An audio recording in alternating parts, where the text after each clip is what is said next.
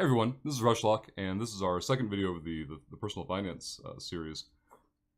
Since the first video came out, I've been asked a couple times this past week, what's the next one going to be about, or when's the next one coming? And that was the big hang-up, was I didn't know what to go into next, because the first one was such a broad, surface-level interaction that I knew the future ones would be a lot more specific and would go deeper into topics, and therefore have a narrower range of possible interest or interaction. Then I got to thinking that we talked a lot about, both on air and in the last video, we touched on the idea that the reason this happens, this being the lack of awareness of personal finance, is that it isn't required in public education, at least not the systems that I grew up in. It's offered, but it isn't required. After the last video, I actually spoke to a friend of mine that's in education, and they reminded me, like, well, hey, there are economics classes, and they're right. I remember taking economics, and it's still there. They do touch on budgets. They do talk about that personal aspect of it, but it isn't required. As soon as that day's lesson is over, they can dump that information and never think about it again, because it's not part of their day-to-day interactions.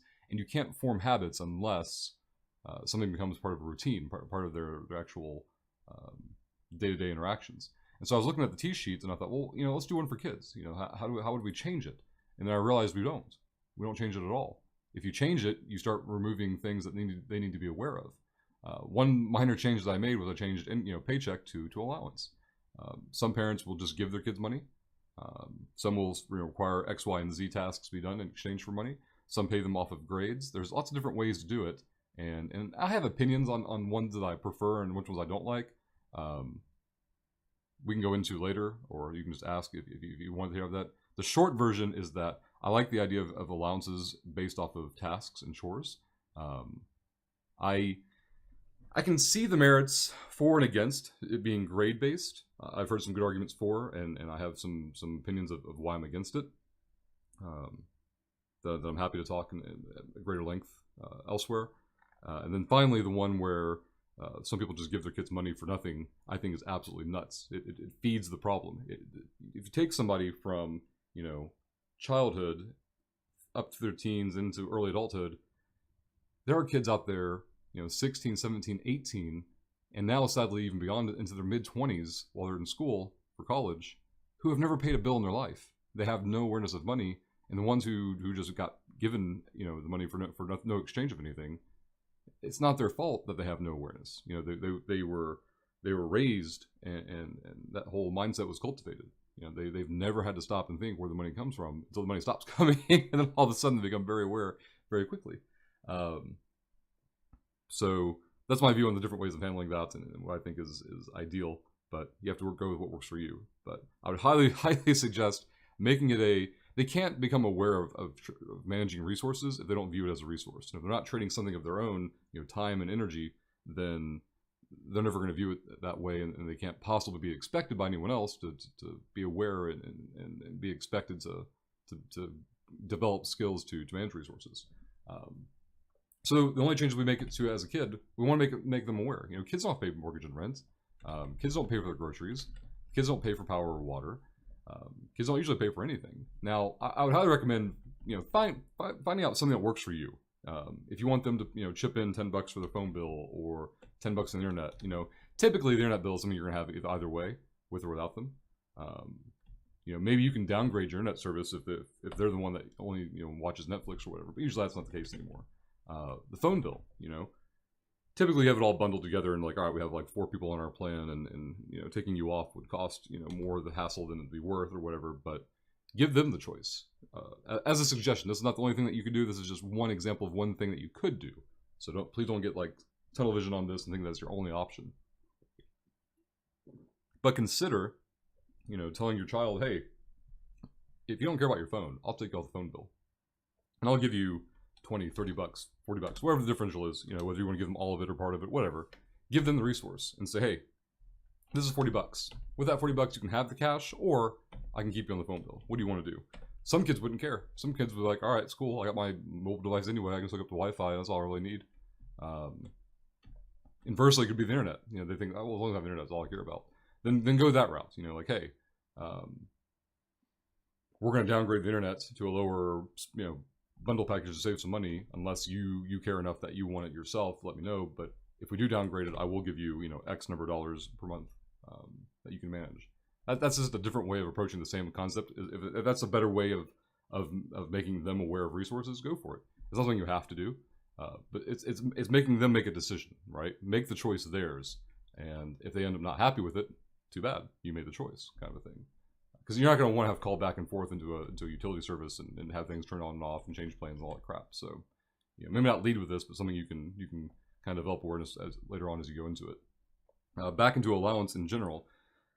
Assuming, for the sake of this conversation, that you are having them do chores of some example. I don't want to go into specifics because different kids, different ages are capable of different things physically. Like, for a personal example, when I was younger, somewhere between 5 and 8, I was responsible for feeding the dog every day. I didn't get paid per time I fed the dog, or else I would have figured out, like, yeah, I'll just feed the dog a lot of food and I'll get paid a lot. It was just, hey, feed the dog every day, food and water. And it was something nominal when I was really little. It was like, here's 50 cents or 75 cents or something like that. Like, it was me putting coins in a piggy bank, and I had one of those piggy banks that sorted the coins for you, and you just, when it filled up, you rolled them and you were good to go. It was just the idea of like, and no one came around behind me like, hey, it's 6 o'clock, have you fed the dog? I knew it was my responsibility. And that's another big thing, is a lot of times people will follow behind their kids and be like, hey, it's this time, you're supposed to do this. Hey, it's this time, you're supposed to do that. Don't. If they don't do it, don't pay them. And then later when they're like, hey, I need to get paid. Hey, you didn't do your stuff. And they're like, but I still need to get paid. You didn't do your stuff. That's the end of it. There's no conversation to be had. That's the only way they'll learn the idea of, if you don't do these tasks, the income doesn't come, and you don't get to do the things you want to do. So, keep small, simple things as kids are smaller, and as they become older and more physically capable. I think around, and this number's arbitrary, but like around 10 or 12, somewhere in that range, I started doing the push mower. Like, that number may work for me, but that's not gonna work for every child. Lawn care might be something you want them doing in the first place for whatever reason. But there's always gonna be some task you can find, whether it's trash or dishes or laundry or whatever. There's things they're capable of and they can do. But if they trade their time and their effort, they're going to see that as a resource to get something that they wanted, which was money, so they can turn around and trade that for something else that they want, which is stuff, right? That's all kids are buying, stuff. So keep that in mind. Like, it's 2 interactions there where they have to deal with a resource and then view it that way and figure out what they're gonna trade that for. And the reason for this is that, going back to the public education scenario, I mentioned on air before that, like, it's I don't want to say it's unimaginable because it happens every day, but it's really unfortunate that these people are leaving public education with no awareness of money at all. And it goes back to it, like, what would I want to have happen? All right, let's say, imagine for a moment that I or one of you is an educator, and you're sitting in a classroom with 30 kids, and they're all staring at you, and not one of them has ever had to manage a penny in their life. Because they grew up in a scenario where everything was just paid for. They just woke up, went about their life, and everything was taken care of. And that's how they existed from age 1 up until, unfortunately nowadays, even into their mid-20s while they're finishing college, everything's just taken care of. They don't have to think about it. It'd be like trying to teach a kid to read who's never seen a book or letters or words, or someone to do basic arithmetic, single-digit math where they've never seen numbers written down before, or different mathematical functions, just adding and subtracting. Like, how would you even begin that? And that's why a lot of this, I think, needs to be done at home, and give them kind of a basis. Obviously cannot, at least in the current environment, rely on public education to guarantee that they're going to know the stuff, coming out of school. Nor do I personally, this is a bit of a tangent, I guess, but I personally don't believe that the state is responsible for that. I think it's completely the responsibility of the parents or the family. It's great if the public education provides tools and assets and an environment for them to learn in, but basic, functioning human being stuff, you need to have that settled at home, in my opinion. But I remember telling this example of a story on air before, where we had a lady come in who said, hey, I have a problem with my account. Like, all right, yes, ma'am, what we can do for you? We bring up her account, we're looking at it, and she has no money in it. And she goes, yeah, I can't buy anything. And we're like, yeah, you don't have any money in your account. And she holds up her checkbook and says, yeah, but I have checks. And she wasn't being belligerent or difficult or ugly in any way. She 100% did not understand the concept of why she couldn't buy things as long as she had checks, and that why would it matter what money is or is not in my bank account? I get paid on Friday, Why can't I just write a check today and it come out of what would normally go in my account on Friday on payday? And at the time, it was that after we'd explained it to her and had her out of the building, it was that whole WTF moment of what did we just experience, and it provided a laugh here and there. But when you stop and think about it, that's really sad. That there's by far not the only person in that situation. Just legitimately believe that that's how things worked, and that's a very good example of where most people, in my opinion, or at least in my interaction with banking, come out of. Some of you that listen to this or hear this will think, there's no way. There's no way that people are that oblivious or that unaware of how things work, but they are.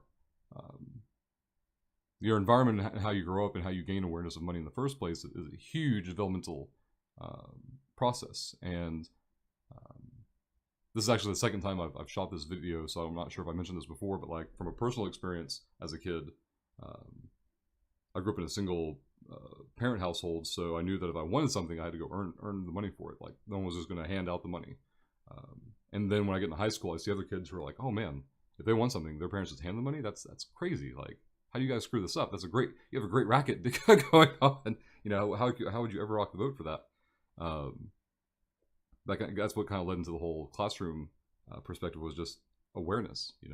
There are kids who go up in there who have earned that money themselves and understand the concepts, and then there's a vast majority of kids who have no idea how that works. And then as a generation to generation goes on, you'll see that people who have no awareness are now raising people who have no awareness of how money works, and it'll just cycle. And nothing externally is going to fix that unless people are proactive about it, on their own side of things. But I pretty much covered all the child stuff I wanted to do, which was basically just develop a system that works for you. There's no one cookie cutter system. This is kind of the TLDR of it. Find something that they interact with, and then make them aware that you're trading resources to get what they want.